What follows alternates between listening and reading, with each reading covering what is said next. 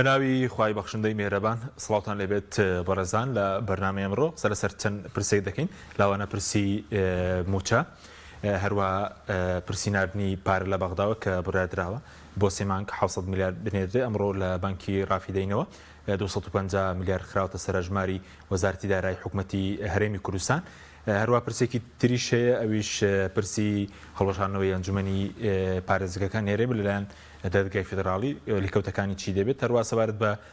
لیستی موچەش کە ڕاگەندراوە لەلایەن وەزارەتی دارایی لەسەر ئەوش قسە دەکەین لەگەڵ بەڕێز کاک سۆران عومەر ئەندامی پەرلەمانی عێراق کاک سۆران بەخێر سوپاسی ئامادەبوون دەکەین سوپاس دەکەین کە سەرەتا لە موچەکە دەست پێ بکەین وردەکاری ئەو بڕیارە چۆنەوە 700 میلیارەکە ئەمڕۆ 250 میلیاری گەشتووە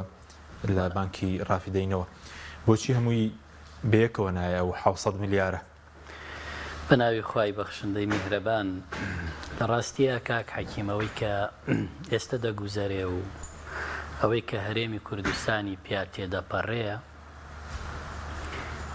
توانم بڵێم نە لە قۆناغی شەڕی ناوخۆیە نە لە دوای شەڕی ناوخۆ نە لە قەیرانە نە لە شەڕی داعشە هێندە دۆخی هەرێمی کوردستان خراپ نەبووە بەڕادەیەک خراپە کە بتوانم بڵێم ڕۆژ بە ڕۆژ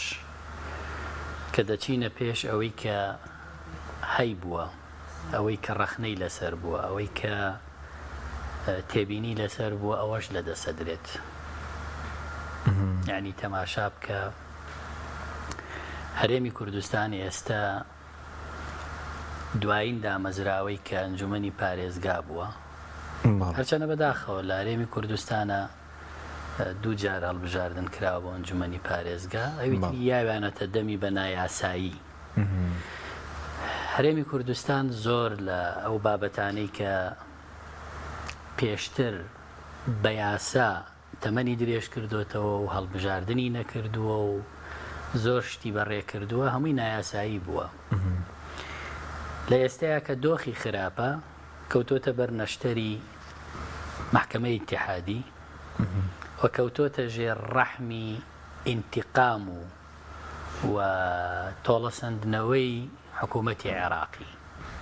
چکە بیرمان نەچێ هەرێمی کوردستان لە 2014ەوە کە سابی نەکردو بە عێراق کە نەوتی بەسەر بەخۆ فرۆشتووە ئیتر گەمەی بە عێراق کردووە هەر بەو مانایی کاڵین گەمەی بە عێراق کردووە هەموو ئەو ساڵانەشی کە یاسای بودجە لە عێراق هەبووە هەرێمی کوردستان ڕاستە چۆتە مفاوەزاتەکان چۆتە گفتوگۆکان شاندی حکوومەتی هەرێم چووە لەگەڵ پەرلەمانتارانی کورد هەماهەنگ بوون 250,000 بەرمیلیان چەسپاندووە باز لە داهاتی ناوخۆ و نانەوتی نەکراوە بەڵام هەرێم پێوەی پابەند نەبووە عێراقیش هیچی نەناردووە گوێ بۆ یاسایان نەژەدراوە جا یاسای بودجە بێ یاسای ئیدارەی مالیەتی گوێ بە یاساکان نەدراوە کە دەرچوون لە بەغداوە لە ساڵی 2019 کە یاسای ئیدارەی مالی دەرچووە هەرێم هەر موهتەم نەبووە پێوەی چکە هەرێم پێی وا بووە قەت عێراق و دەسەڵاتەی نابێ یاسای ئیدارەی مالی و دەینی عام تەنفیزکار لەسەر هەرێمی کوردستان چکە نەزەری هەرێمی کوردستان وا بووە کە داهاتی ئیتیحادی بریتیە لە گومرگ لە دەواازە سنووریەکانە ئەوەش نیوەی بۆ عێراقا داهاتەکانی تری نانەوتی هەمووی بۆ هەرێمە ئەوە تێڕوانی هەرێم تێڕوانی نیوا بووە بەڵام دوای 10 ساڵ کە یاسای بودجە تەنفیزەکرێ لەسەر هەرێم کە دەوترێ داهاتی نانەوتی و نەوتی تەسلیم بکە هەرێم شۆکە بێ پێی وایە نیوەی گومرگەدا بە عێراق ئەویتری بۆ خۆیەتی ئێستا عێراق هەمووی ئەوێ نیوەی گومرگەدا بە هەرێم وەک ئێستا بۆ نمونە عێراق لە پاکتاوی 6 مانگی ڕابردووی سەرەتای 2023 هەرێمی کوردستان دانی بەوا ناوە بەڵگەی بردووە کە داهاتی مانگانەی 320 میلیارە باش ئەمە داهاتی نانەوتی ناوخۆیە عێراق دەیبڕێ لە هەرێم لای هەرێمە مێنێتەوە عێراق لە بەشە بودجەکەی دەیبڕێ بەڵام کاتێک دێتەوە سەرەوەی کە لە ئینفاقی فعلی بەشی هەرێم دەردێننەوە ئەلەوێ هەرێمی کوردستان حسەکەی هێندە کەمەکە 12.67 دێ بۆ 9 لە نۆشان ناوەستێت پێم وایە کەمتر لە نۆشەکە خۆی وەزان تەیفسامی و توی خەرجی فعلی 47 تریلیۆن بووە 27 بۆ سیادی و حاکیمە ڕۆشتەوە 20 تریلیۆن ماوەتەوە لەو 20 تریلیۆنە بۆ پازە پارێزگەکە و هەرێم 2 تریلیۆن و 500 میلیارد بالضبط بەڵێ بۆیە ئەمە بەشێکیشی چییە؟ بەشێکیشی ئەوەیە کە هەرێم کاتێک بێمنەت بووە لە بەغدا و دابڕاوە لە بەغدا دەمێکە بە ئینفاقی فعلی ئیشەکە ئەوەی کە لە یاسای بوو جەمادەی 11 بڕگەی یەکەم هاتووە ئینفاقی فعلی ئێمە کاتێک لەگەڵ هەندێک لەوانەی لیژنەی دارایی دانیشتین کە وا کەوتۆتەوانە دژی هەرێمن باشە وا کەوتۆتەوە هەرچی بۆ هەرێم بێ ئەوانە چند دژیە بنشکات لە محکەمەی ئیتیحادیەکە نەڵێ نابێ پارە بڕوا بۆ هەرێم وتیان ئێمەش لە محافەزات 10 ساڵە معاناتی ئینفاقی فعلیمان هەیە وەک ئێوە ئێستا لە سەرتان جێبەجێکرێ ئێمە چەند ساڵە لەسەرمان جێبەجێکرێ و معاناتمان هەیە ئێمەش بەڵام دوجار قسەکە ئەمەیە کاک حەکیم هەرێم بۆ گەشتووە بەمە بۆچی؟ لەبەرەوەی ئێمە چەند ساڵە هاوارەکەین کامە خراپترین جۆری حکومڕانی بۆ لە هەموو ڕوویەکەوە چەندێکە ئاڵێین ئەمە ئابووری سربەخۆنی ئەمە تاڵانکردنی نەوتی کوردستانە چەندێکە هاوارەکەین ئەڵێین ڕێکەوتن لەگەڵ بەغدا بۆ زامنی شایستەی دارایی بەڵام کە ئێستا پێمان بفرۆشنەوە بڵێنەوە ئێوە واتان وت فەرمەوە بەغدا ئێمە کاتێک وامان وتووە کە عێراق داوای 250,000 بەرمیلی کردو هەرێم نەیداوە 250,000 بەرمیل بدەیت هەموو داهاتەکانی تر بۆ خۆت بێ هەرێم ئەمەی نەئەکرد لە کاتێکا کارتی فشاری پێبوو نەوت دەڕۆیشت بۆ تورکیا بۆری نەوتی کوردستان بەکارەهێنرا عێراق ڕێی پێ لێ نەئەگیرا دوجار ڕێشی گرت لە هەرێم و نەوتەکەشی وەستان و خراپترین ساڵ بەڕێ ئەەکەین کە ساڵی 2023ە چ بۆ خەڵکی کوردستان چ بۆ حکومڕانانی هەرێمی کوردستان خراپترین ساڵە هێندە خراپەوە گوتم لە هیچ دۆخێکە هێندە خراپ نەبووە هیچی بەسەری چەوە نەماوە هیچی بەسەری چەوە نەماوە جگەل لەوەی موئەسسەساتەکانی کە لە حکوومەتی هەرێمی فیدراڵا هەیە کە هەرێمێکی فیدراڵین بە پێی دەستور مافمان هەیە کۆمیسیۆنمان هەبێ پەرلەمانمان هەبێ و ئەنجومەنی پارێزگامان هەبێ ئەمانە هەمووی محکەمەی ئیتیحادی هەڵی وەشانەوەتەوە چکە بە یاسایی تەمەنیان درێژ کراوەتەوە لە عێراق سەرەڕای ئەو هەموو گەندەڵیە ئەو هەموو بێخزمەت گوزاریە بەڵام تەوقیتاتی دەستوری بۆ هەڵبژاردن پێوەی پابندن هەرێم بەوەشەوە پابند نەبووە ئەو خولەیەوە پێشوەختە بوو ئەسڵەن هەڵبژاردننی پێشوەختە کراوە لە شەڕی داعشا سەرۆکوەزیرانە گۆڕڕێ مالیکی ئەگۆڕڕێ لە شەڕی داعشا کە هیچ بەهانەیەک نەخوێنرایەوە بۆی هەڵبژاردن نەکرێ و شەڕی داعشە و مووسڵ گیراوە و ئەنبار گیراوە و نزیکە داعش لە بەغدا و مەترسی هەیە نەخێراتن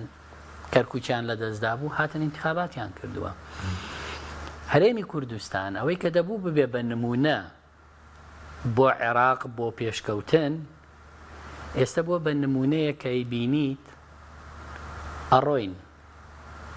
داوا ئەەکەین تکا ئەەکەین کاکە قەرزتان پێداوین بۆ کێشەمان بۆ دروست دەکەن ئێستا لەگەڵ بەشێک لەو پەرلەمانتارانە کۆبوونەوەنی کێشیانە لەسەر قەرزەکەش ئێوە بۆ موچەکەش لۆبیتان کرد بۆ قەرزەکەش لەناو پەرلەمانە بەڵێ ئەو لۆبیانە نەبوایە باشە ئەو محاولاتانە نەبوایە کێشەی گەوریان بۆ 600 ملیارەکەش دروست دەکرد بە قەرزەکە بە قەرزەکە بەڵێ پێمان وتن کاکە ئێوە کاتی خۆی لە ساڵی 2022 پارە هات بۆ هەرێم 400 میلیارد لە سەردەمی حکوومەتی کۆتایی تەمەنی حکوومەتی کاظمی. باش ئێوە چون لە محکەمەی اتحادی شکاتتان کردوتان ئەبێ بە قانونی بودجەی 2021 پارە نەچێ بۆ هەرێم. قانونی نییە. محکەمەی اتحادی بڕیاری دەرکرد بەڵێ قانونی نییە ئەبێ بە قەرز. بوو بە قەرز. کێشەتان نەبوو چونکە بوو بە قەرز چکە بێ بیدەینەوە. ئەی ئێستا بۆ کێشەتان هەیە کە بە قەرز وەرمانگرتووەڵێن نەخێرە بێ بە قانونی موازنەی 2023 بێ. کاکە قانونی موازنەی 2023 تا ئەم کاتەی ئێمە قساکەین جێبەجێ نەکراوە؟ جێبەجێ نەکراوە بۆ عێراقیش. ئەمە یەکێکە لەو گرفتانەی کە هەموو مؤسساتی عێراق حکوومەتی عێراق هەر هەمووی وەزارەتەکان هاواریانە پارێزگاکان هاواریانە فعلەن دەستیان بە تەمویلی وەزارات و محافەزات بە پێی قانونی بودجە نەکردووە و ناشیانەوە بیکەن لەبەر هەڵبژاردنی ئەنجومەنی پارێزگەکان هەر بەهانەیەکیان هەبێ نەیان کردووە بە بەهانەی نەبوونی سیویلەیە بە بەهانەی زۆر شتە چونکە پێیان وایەوە ساڵی 2023 تەواو بوو پارەکەیان هەر خەزن کردووە. باشە بەس بۆ هەرێم ئێستا دوای لە سریاسی بودجە قسە دەکەین بەس بۆ قەرزەکە وتە دەگەر ئەو لۆبی ئێوە نەبێ لە پەرلەمانی عێراق لەگەڵ ئەو پەرلەمانتارانەی کە دژی ناردنی و پارەشن بە قەرز کێشەی بۆ دروست دەبوو؟ ئێمە دانیشتنێکمان کرد شەوی ئەخیر لەگەڵ لەم چەند شەوەی پێشوو باشە لەگەڵ یوسف کیلابی باشە لەگەڵ حوسێن مۆنیس باشە لەگەڵ محەممەد نووری کە ئەمانە سەرۆکایەتی لیژنەی داراییان کرد لە ڕۆژەکەیە لەگەڵ نوێنەری بانکی ڕەشید و ڕافیدەین و TBI باشە بە زمانێک مامەڵەیان لەگەڵ کردبوون ترساندبوونیان کاگەرەوە پارە بنێرن بۆ هەرێمی کوردستان ناقانونیە مخالیفی قانونی موازنەیە و ئێمە سکاڵاتان لەسەر تۆمارەکەین وەکو بانقەکان و بەڕێوەبەری بانقەکان سەرۆکی سێ و بانکیان ترساند بۆ سێ بەڵێ بەڵێ هەرچەندەوان وتبیان ئێمە هەرسێکمان سەر بە حکوومەتی عێراقین ئێمە بڕیاری سەروی خۆمان جێبەجێەکەین واتە ئێمە جێبەجێکارین بڕیاری ئەنجومەنی وەزیران دەرچووە بۆ ئێمە هاتووە ئێمە ئەوە جێبەجێەکەین مەسئولیەتی قانونی کێبێ ئێمە دەسەڵاتمان نییە باش ئەمان هاتبوون وتبیان نەخێر ئەگەر قەرزیش بدەن بە قانونی دەین و بە قانونی ئیدارەی مالی نەبێ ئێمە دیسان شکاتان لێ یەکەین چکەگەر بەو قانونی دەی نەبێ ئەبێ ڕاهنێک بخێنرێ چەند هێندەی پارەکە بێ ئەبێ زەماناتی تیابێ باش ئەبێ فائیدەی تیابێ بۆیە پرۆسەکەیان ئالۆز کردبووە بوو چە هەفتەی ڕابردوو پارەکە تەمیل نەکرا بەزیوە چیتان پێ ئێمە پێمانوتن چۆنتان ڕازی کردنەوە ئێمە پێمانوتن ئەمە فراکسیۆنە کوردستانیەکانین باشە ئەمانەی دەسەڵاتن حەچی ڕەخنەیەکەوە یەگرن ڕووکەن لەوان حەقی خۆتانە ئێمە زیاترمان هەیە بەڵام ئەم قەزیەی موچەی خەڵکی کوردستانە هاوڵاتیە گوناحی چییە کە موچەی مانگی شەشی وەرگرتووە حەوت و هەشتی وەرنەگرتووە لە عێراق مانگی نۆش دابەش کراوە منداڵی هەیە قوتابخانە کراوەتەوە کرێچیە پێداویستی هەیە سێ مانگە موچەی وەرنەگرتووە چ گوناحێکی هەیە ئێوە بۆ دژی ئەمە ئەبن جان ئێمە دژی ئەوە نابین ئێوتمان ئێوە ئەگەر ببنە بەربەست 600 ملیارەکە بۆ ئێمە نەیە ئەوە ئێمە 6 مانگ موچەمان پێ نایرێ لە هەرێمی کوردستانە مەسئولیەتەکەی حکوومەتی هەرێمە بەڵام خەڵکەکە خەڵکی ئێمەیە ئێوە ئەگەر گرفتێکی واتان هەیە لە بەسڕە لە ناسریە لە عەمارە لە سەماوە لە مووسڵ لە هەر شوێنێک ئێمە دیفاع لە خەڵکی ئێوەکەین بە خەڵکی خۆمانیان نەزانین ئێوەش خەڵکی کوردستان بە خەڵکی خۆتان و ئاهلی خۆتان بزانن من پێم وتن سوورەتی ئێوە وێنەی ئێوە لە شەقامی کوردی بۆ ئەوەندە بە ناشیرینی بڕواکە بڵێن ئێوە دژی مافی دارایی و یاسایی خەڵکی کوردستانن کە موچەیە وتیان ئێمە دژی ئەوە نین وتمان باشە دژی نین ئەی بۆچی سەرێشە دروست دەکەن ئەی بۆ بانقەکانتان بەو جۆرە تەهدید کردووە بان کردووە گەیشتینە ئەوەی کە ئەوان وتیان ئێمە پرسی موچە جیاکەینەوە لە هەر بابەتێکی ترتمان کاکە گومانتان لە لیستی موچەی هەرێمە تێبینیتان هەیە بندیوار هەیە وەکو لای ئێوە پێڵێن فەزایی فەرم و ڕقابەی مالی ئیتیحادی بنێرن باوردبینی بکە لە تەواوی هەموو ئەو لیستانەی موچەکە هەیە خانەنشینی لیستی موچە فەرمانبەران هەمووی وەرن تەدقیقی کەن و ئێمەش حەزەکەین بندیواری تایە نایاسایی تایە وتمکاکە ئێمە ڕەخنەمان زۆرە لەسەری بەس میلەتەکەی ئێمە و خەڵکی ئێمە و فەرمانبەری ئێمە لە دۆخێکانیە ئێستا ئەو تێبگا لە مناقەشەیە کە ئێوە ئەیکەن و ئێمە ئەیڵین بۆیە خۆشبەختانە گەیشتینەوەی کە واز بێنن لەو جێچەڵانەیەکەن بە 600 ملیارەکە باشە هەر بۆ بەیانیش محکەمەی ئیتیحادی داواکردنی ڕاگرتنەکەی بە حکمێکی وەلایی ڕەت کردەوە ڕۆژی باش پێنجشەم بۆیە الحەمدولillah ئەمڕۆ بەشێک لە تەمبیلەکە بۆ ئەو سێمانگە بەڵێ ئەم بۆ بەشێک هاتووە بۆ ئەو سێمانگە کێشەی نییە ئەی بۆ سێمانگەکانی داهاتوو چی دەکرێت ئایا ئێستا موچە نافۆتێ چکە ئەمەوە دابش دەکرێت موچەی مانگی حوتە 8 و 9 بڵێن ئەو بەشی دەکا قەرزەک ئەی 10 و 11 و 12 ئێوە چی لێ دێ واتە ئەگەر بەم جۆرە بڕوە بەڵێ ئێمە لە مانگی نوێ موچەی حوت حکوومەتی هەرێمەیدا بەڵێ لە مانگی دەهی هەشتەدا باشە لە مانگی 11 هینەوەدا لە مانگی 12 ئەی چی لە مانگی 12 سێ موچەمانەمێنێت ئەو حکوومەتی ئەی چۆن چارەسەرێکەیە حکوومەتی هەرێمە بێ وەڵامیەوە باتەوە چارەسەر چییە ئایا 600 ملیاری ترمانە دەنێ دەمان دەنێ هیچ شتێک لە ئارایە نییە تا ئێستا تا ئەم ساتە چونکە شاندی حکوومەتی هەرێم کە هات داوای 6 مانگی 800 ملیاری کرد داوای 800 ملیار بۆ 6 مانگ بەڵام وعدیشیان دابوو هەموو کوتلە سیاسیەکان تەنانەت سەرۆکوەزیران سوودانی وتبووی من مانعم نییە بەڵام ئەوەی دەنگەدا لە ئەنجومەنی وەزیران وەزیرەکانیش هەموو سەر بەلایەنە سیاسیەکانن بچن ڕازیان کەن بەم مختەڕەحە دەنگ بدەن بەم پێشنیارەی ئێوە نەسی پێشنیارەکەش لە کۆبوونەوەکە نووسرا بوو درابوو بە سەرۆکوەزیران کە تعدیلی قەراری پێشووی ئەنجومەنی وەزیران کە 500 ملیاری بوو بیگۆڕن بیکەن بە 600 ملیاری بەڵام دیارە لەوێ وەزیری دارایی قسەی کردووە ئاماژەی بەوە کردووە کە ئێمە سیولەی نەقدی پێویستمان نییە بتوانین ئەوەندە قەرز بدەین کە بۆ 6 مانگ هەر مانگەی 800 ملیار ئەتوانین بۆ 3 مانگ هەر مانگەی 600 ملیار بدەین باش بەس ئێستا کێشەی ئەو 3 مانگە کێشەی نییە بەس بۆچی ئاوا بە سەمڕۆ 250 ملیار هاتووە لە بانکی ڕافێدەینەوە بەڵێ باز لەوە دەکرێت بەشێکی تری بانکی ڕەشید بینێرێ بەشێکی TBI بنێرێ بەڵێ سێ بانقی نێرن هەر یەکەیان ئەو مەبلەغەی کە بۆی دانراوە بیدات واتە هەر بانقێک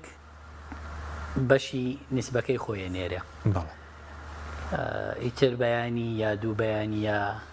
لە مودەی ئەمەی کە حکوومەت باش 14 ڕۆژی داناوە بۆین بدا دیارە خۆیان نەزانن بۆ چێمەیان کردو لە کاتێکا دەکرێت بە هەفتەیەک دابش بکری لە کاتێکە داهاتی ناو خۆی ڕاستیا حکوومەتی هەرێم لەم دۆخە خراپە کە وەگوتم زۆر خراپە دەبوو چاوی چی کرد بە دەبوو کۆمەڵە کۆمپانیای گەورە هەن لە هەرێمی کوردستان هەمویان مستەفیدن چەندین ساڵە سەرمایی زۆریان هەیە بیتوانایە چۆن قەرز لە حکوومەتی عێراقیەکە قەرزیش لەوان بکا بتوانێ موچەیەک دوو موچە لەوان دەتوانێت بەیەوە کۆمپانیەکانی پارتی ویکێتی موچیانەیە کە سێ موچەشیان لێ قەرز بکرێت 30 ساڵم کۆمپانیانە داهاتێ وڵاتە ئەخۆن و ئەبەن و مستەفیدن لە ئەرز و لە نەوت و لە مەرز و لە حدود و لە قاچاق و لە هەموو شتێ بۆ ناتوانن بەڕاستی خۆ ئێستا دۆخی حکومڕانیەکەی خۆیانەوە تا بەرەو شکست و کۆتاییە دۆخی خەڵک کولە مەرجیە بازار کز نییە هەموو شتێک وەستاوە یعنی ئێستا خەڵک خواخوایەتی موچەی مانگی حەو وەرگرێ بێتەوە بە قەرز قەرزی ئەم دوو مانگەی کە پێی ژیاوە بۆیە بەڕاستی ئەبێت حکوومەتی هەرێم چارەسەرێک لەم دۆخە بکە و نابێ بە هیچ شێوەیەک فەوتانی موچەخۆران ببێتە بابەتێک کە لە ئێستەوە دڵڕاوچێ دروستکات و بە حکوومەتی هەرێم دڵنیایی بدا کە ئەو موچانە بە هەر شێوەیەکە زامنی کە ئەگەر باش لەگەڵ بەغدا پێویستە بەوەی کە لە پاکتاوی کۆتاییە ئێمە شتی ترمان بەدەست بکەوێ یان چۆ ئێمە کاک حەکیم یەکێک لە گرفتەکانی کە تا ئێستا بەم جۆرە عێراق مامەڵاکە ڕاستە بەشێکی شۆڤێنیەتە بەشێکی عقلیەتێکە کە هیچ پێڕەوا نابینێ بەشێکی ئینتیقام لێکاتەوە بەڵام بەشەکەی تری نەوتە دەرەکەوتن نەکراوە ئەڵێ لە قانونی بودجە نووسراوە 400,000 بەرمیل ڕۆژانە باش کوا ئێمە سۆمۆمانبان کرد لەگەڵ وەزارەتی نەوت بۆ پەرلەمان لە پەرلەمان لە لیژنەی دارایی من بەشداریم کرد لە کۆبوونەوەکە لێمان پرسین نەوتی هەرێم لای کێ ئێستا کیان لای ئێمەیە ئەیتمان لای ئێوەیە لەگەڵ تورکیا گەیشتونەتە نەتیجە وتیاننا بۆی بە بۆری بڕوا باشە ئەی چی لێەکەن یعنی خەڵکی هەرێمی کوردستان گوناحی چییە ئێوە نەوتەکە لەم بەینا ماوەتەوە هەندێک کێشە هەیە لە بینتانە حەل نەبووە و وەزارەتی مالیە ئیتیحادی شەڵێ من نەقسم هەیە لە ئینفاقی فعلیە چکە ڕۆژی 400,000 بەرمیل حسابی کە بە معدل ئەگەر $80 بکات پارەیەکی زۆرە و نەقسی هەیە حسەی ئێمە کەمی کردووە لەبەر ئەوە یعنی خەڵک گوناحی چییە ئەمە ئەوان وتیانێمە تا 20 ئەنی مانگێکی تر هەر 400,000 بەرمیلەکەی نەوتی هەرێمی کوردستان لە ناوخۆی عێراق بەکاردێنین بەم جۆرە باشە کۆمپانیای کار 1 2 3 واتە کار سێ پاڵاوگەی هەیە باشە کۆمپانیای کاری 1 و 2 3 150,000 بەرمیل لێ دەینێ ئەوە 150,000 بی پاڵەوێ بۆ ناوخۆ باش 120,000 بەرمیلی نەوت بە بۆری عێراق ئەیگوازێتەوە بۆ موسەیەب و دۆرە و کەربەلا باش تقریبا ئەوە نزیکی 10 بۆ 11 کیلۆمەتر بۆری ماوە ڕەبتیکەن خەریکن بەڵێ وتیان ئەوە دوا کەوتووە ئەمە ئەبێ بە چەند ئەمە ئەبێ بە 270,000 بەرمیل ڕۆژانە چەند ئێمێنێتەوە بۆ 400,000ەکە 130,000 باشە 40,000 دەن بە کۆمپانیای قەیوان بۆ مەسفای بازیان 90,000 دەمێنێتەوە 90,000 مێنێتەوە باش 90,000ەکە شتیان ئێمە دابەشێکین لە نێوان سێ پاڵاوگەیە پاڵاوگەی دووکان لاناز ڤینۆس لە نێوان ئەم سێ پاڵاوگە ئەو 90,000ش دابەشەکەین بپاڵێورێ واتە ڕۆژانە هەر 400,000 بەرمیلە نەوتەکەی هەرێمی کوردستان لە ناوخوا بەکارەهێنن بەس دەتوانن جێبەجێ بکەن ئەگەر نەچۆوە بۆری و بڕوا ئەگەر نەچۆ بۆ ئەگەرێکێ دەست پێ بکاتەوە یان لاوازە ئەوان وەزارەتی نەودوتیان گرفتەکە سیاسیە تا ئێستا سیاسیە تەکنیکی نێوەڵان بۆی تاقی بکرێتەوە وتمان چۆن سیاسیە وتیان لەبەرەوەی وەزیری وزەی تورکیا کە هاتە عێراق باشە دانیشتین لەگەڵی وتی دەسەڵاتی من نییە بڕیاری هەناردەی نەو دەست پێ بکاتەوە تێگەیشتین کە لە سەروی ئەوەی و سیاسیە بەڵام وتی ئەخیر تیممان کە بڕیارە چوو بێت لەسەر فیشخاپور بەرەو سلۆپی لێچوونێک لە بۆریەکە هەبووە ئەوەش چاکەکەین و دوو وەجبە نەوتمان لە دوای بوومەلەرزەکانی تورکیا پیان ناردووە خەتی نەوتی هەناردە زەرەری بەر نەکەوتووە و بۆریەکە سەلامەتە و ئامادەیە خۆپێشیش تا 25 سێدووە بمرە ڕزەکی کە لە مانگی دووبنەوە تێرێم هەر ڕۆشتووە بەڵێ تا 25 سێ نەوتی هەرێم ڕۆشتووە داتاکانیاندا پێمان سۆمۆکە نەوتی هەرێماوە بەس ئەوەی کە پێوەستە ئێستا ڕێکەوتنە سەرخەرجی کۆمپانیەکانیش نەکراوە گرفتێکی تر ڕۆژی سامنە سوچەکان وتی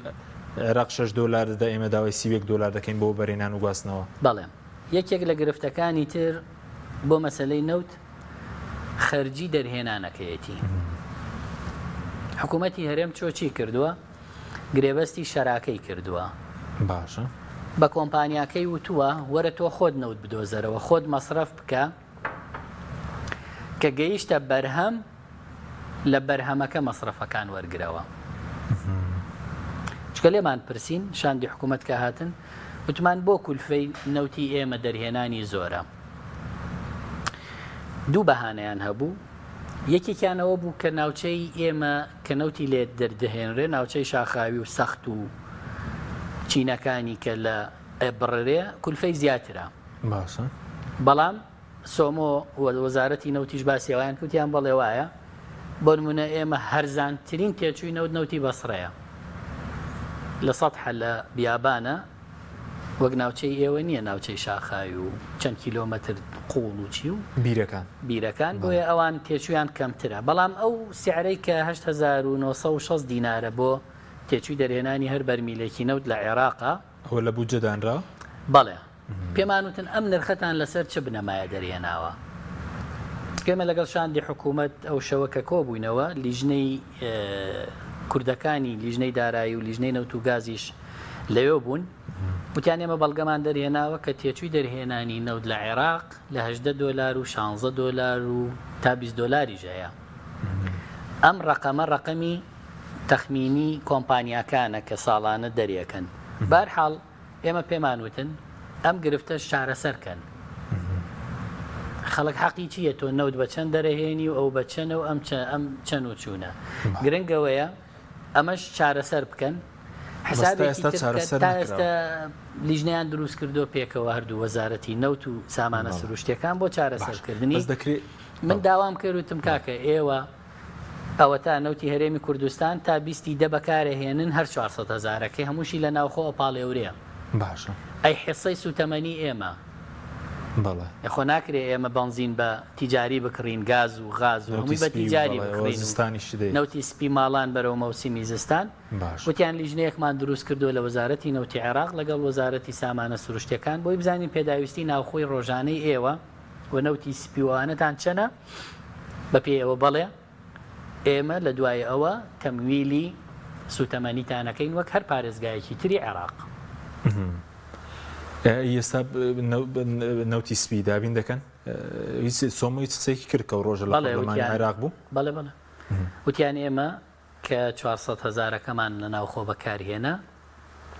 ئێوە مافی خۆتانە لە بەرهەمەکانی وەکو پارێزگاکانی تری عێراق سوودمەند بن و لیژنەشیان دروست کردو بۆ ئەومە باش بەس ئێستا یاسای بودجە لە بینی هەرێمی بەغداد لەسەر نەوت لەسەر داهاتی ناوخۆ ئەگەر ئێستا مانگی نوێ نەچۆتە بواری جێبەجێکردنەوە ئەیکەی دەچێتە بواری جێبەجێکردنەوە یاخود چارەسەرەکەی بۆ ساڵی داهاتوەندێکیان باسی هەموارکردنەوەی یاسای بودجە دەکەن وشەی خەرجی فعلی لا ببرێ قورس نییە ئەمە طبعا یەکێکی تر لە پێشنیارەکان لەگەڵ شاندی حکوومەت ئەوە بوو کە چارەسەری خێرای ئەم دۆخە قەرزە کە داوایان کردووە چارەسەرێکی تر بۆ ساڵی 2024 ئەوەیە کە یاسای بودجە پێویستی بە دەستکاریە لە ساڵی 2024 چونکە نرخی خەمڵێنراوی نەوت جارێکی ترە بێ دابنرێتەوە داهاتەکان جارێکی تر کەم و زیادەکە و خەرجیەکان بە پێی وەزارەتەکان و بە پێی داواکاریەکان گۆڕانکاری بەسەرادێ داوا کرا کە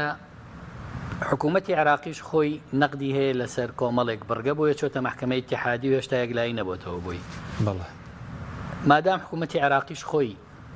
ڕەخنە و داوای هەیە لەسەر قانونی موازنە با کوردی شەوڵ با لە تعدیل بکرێ بەس ئەوە یەکلا بۆ تۆ کە ساڵی داهاتوو یاسای بودجە هەموار دەکرێتەوە جگە لە داتاکان بڵێنەوە داتاکان دەبێت گۆڕانکاریان بەسەردابێت لەبەرەوەی داهات و خەرجی گۆڕانکاری بەسەر ئەوە هیچ زەمانەتێکی نییە زەمانەتێکی نییە بەڵام پێشنیارێکی حکوومەتی هەرێم دراوە بە حکوومەتی عێراقی باشە بۆ چارەسەری کێشەی هەرێم باشە بۆ ساڵی 2024 هەندێک مناقلە بکرێ مناقلە لە چی لە هەندێک ئەرقام و مەبالغا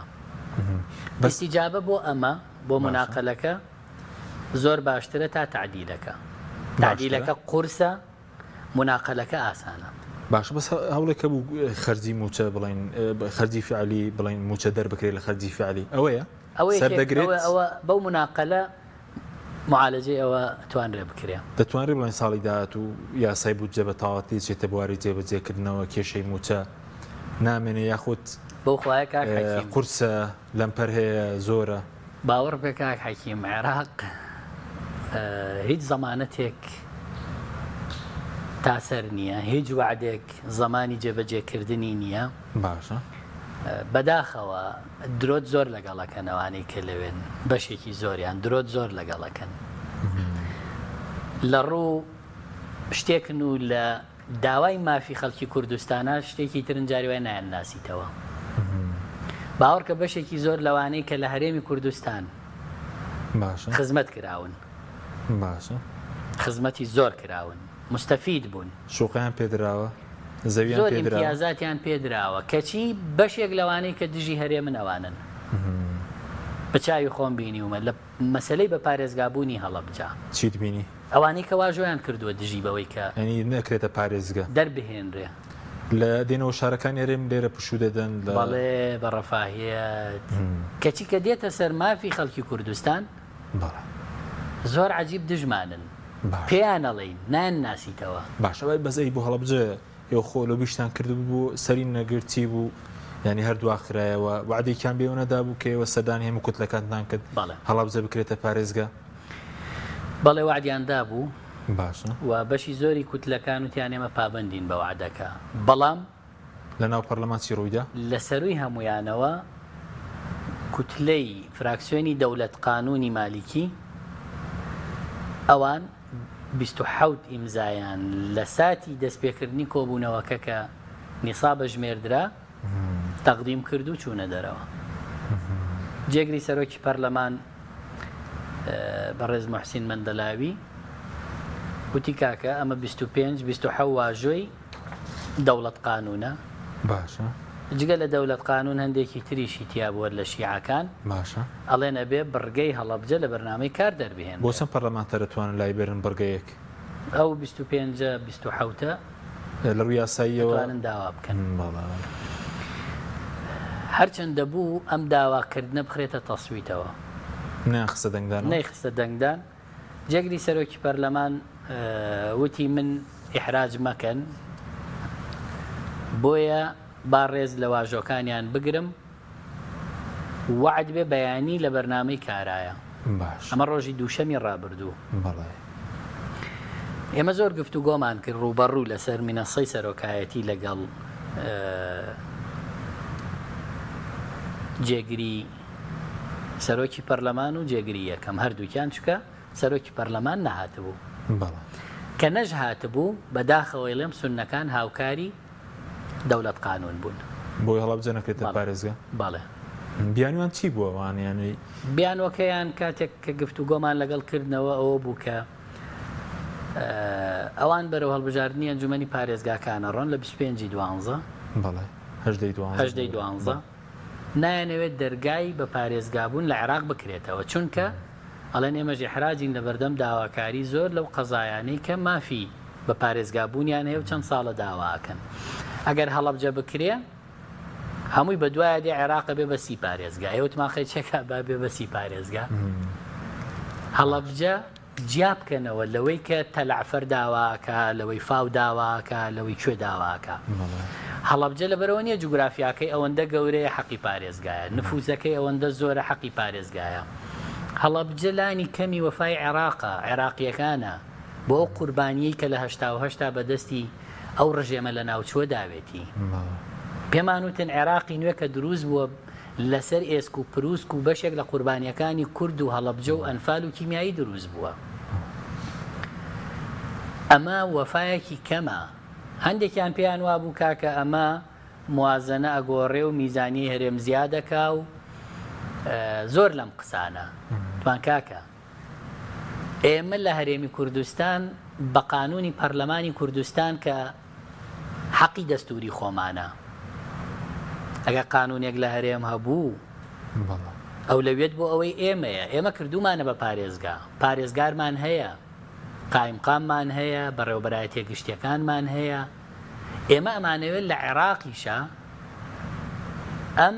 ئیستیحداسە بکرێ بۆی بێ بە 19هەمین پارێزگای عێراق خۆ ئەو کاتە هەر وەکو سلێمانی عێراق مامەڵەی لەگەڵەکە. چی بۆ سلێمانی کردۆرەوەش بۆ هەڵەبجاکە. ئێستا چی بەسەرات پێمان وتن لەسەر ئێوە دینارێک زیاد ناکە لە حیسەی هەرێم ئەڕوا بۆ پارێزگای هەڵەبجا. ئێستا چارەنووسەکەی چییە؟ چارەنووسەکەی ئەوەیە هەفتەی ڕابردوو کۆبوونەوەی دووشەمیان پەکخست، کۆبوونەوەی سێشەمیان پەکخست، کۆبوونەوەی پێنجشەمیشیان پەکخست، واتە کۆبوونەوەی پەرلەمان ئێستا لە عێراق ڕاگیراوە بەهۆی هەڵەبجەوە. نایەڵن ئەڵێن نایڵین کۆبوونەوەی بکرێت هەڵەبجە لە ناو بەرنامەی کار بێ. ئێمەش ئەڵێن ناینە کۆبوونەوەی قوبوڵ ناکەین کە هەڵەبجە لە بەرنامەی کار نەبێ. بەڵام ئەمەش لە بەردەم مەترسیەکی ترایە. ئەگەر وتیان باشە وەرن بهێنە بەرنامەی کار دەنگ نادەین، ئەو کاتە هەڵەبجە بە یەکجاری لە پارێزگابوون مەحرومە بێ لە عێراقا. ئێمەش نامانەوێ ئەم ڕیسکە بە پارێزگای هەڵەبجە بکەین، چونکە سونەمان لەگەڵ نییە، شیعەشمان لەگەڵ نییە. ئەوانەی وعدیان پێداوین ئەوانی شەڵێن بەڵکو بە تەفاهم لەگەڵ دەولەت قانون بگەنە نەتیجە، ئێمەش کێشەمان نییە. باش چەند خولەکێکمان ماوە لەسەر ئەنجومەنی پارێزگەکان پرسیارمان کرد، بەس ئێستا چارنووسیان چی بەسەردە ئێستا ئەمڕۆ بڵێن کە ئەنجومەنی پارێزگەکان هەڵوەشێنراوەتەوە، بەس قسە لەسەرەوە بوو بۆچی دادگای فیدراڵی ئەوەی کە پەیوەندی بە پاشکەوتی موچە بوو و پلە بەرزکردنەوە بوو ئەوانەی ڕەت کردەوە بەزەوەی پەرلەمان و ئەنجومەنی پارێزگاکان پەسەند کرا؟ خۆی کاک حەکیم، هیچ شتێک لە عێراقا بەبێ ئیعازی سیاسی نییە. هیچ شتێک لە عێراقا بەبێ ئیعازی سیاسی نییە، وەکو لە هەرێمیش حزب لە سەروی حکوومەتەوەیە و تەوقیتاتی هەڵبژاردننی هەندێک قەرار، هەندێک فشار، هەندێک شت بەشی زۆری سیاسیە. لە عێراق زۆر زیاترە، هەتا تەدەخولی ئیقلیمی لە عێراق زیاترە. بۆیە مەوزوعی بابەتی پاشەکەوت پلە بەرزکردنەوە ئەمانە محکمەی ئیتیحادی تەخەسوسی لە بەرامبەر قانونێکە، قەرارێکە کە مخالفی دەستور دەرچوو بێ، محکمەی ئیتیحادی بە تەخەسوسی خۆی دیاری کردو تایەتی قانونی محکمەی ئیتیحادی چی تەخەسوسێتی بەشێک لەوانە پێی وایە ئیشی محکمەی ئیداریە. بەس بۆچی یانی ئێستا ئەو ڕێنمایی جەروی ڕێنمایی ڕاگرتووە بڵێن بڕیار لەسەر ڕێنمایی دەکرد، خۆ پاشکەوتی موچەر بە بڕیار بوو پلە بەرکردنەوە بە بڕیار ناسێنراوە، پێی وایە ئەوە ئیشی محکمەی ئیداریە. باش ئێستا چی ڕوودا؟ ئێستا هەرێم نەوتەکەی لێ سێنراوەتەوە، هەڵبژاردننی پەرلەمانی کوردستان لە عێراقا، موچە لە عێراقا، پارێزگاکانیش کە ئێستا هەڵوەشێنراونەتەوە، چی ڕوودەدات لەمەوە دووە؟ ئێمە ئەبێ جارێکی تر قەنەعەت بەوە بهێنین باشە لە عێراقێکی فیدراڵە، هەرێمێکی فیدراڵ هەیە، مافە فیدرالیە دەستوریەکانمان وەرگرین بیچەسپێنین،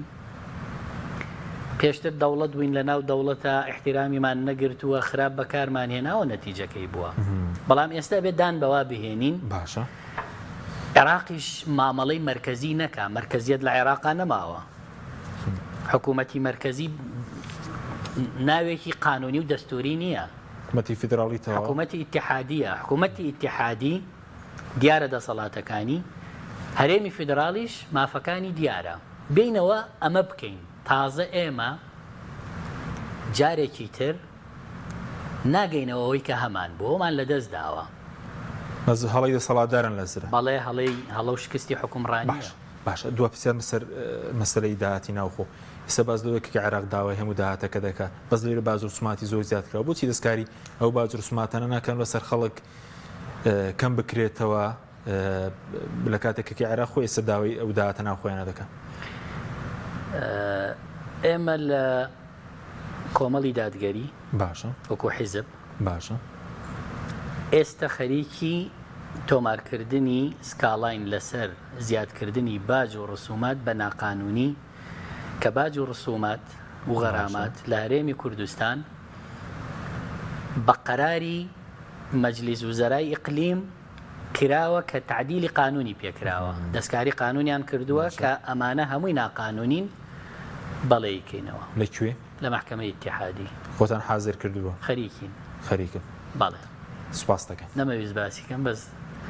خەریکین و سوپاس زانیاریەکەت دەکەین خۆمانمان بۆ ئامادە کردو و زانیاری تەواو بۆی کە بەڵێ ئەبێ باج و ڕسوماتوانە لە حکوومەتی ئیتیحادیە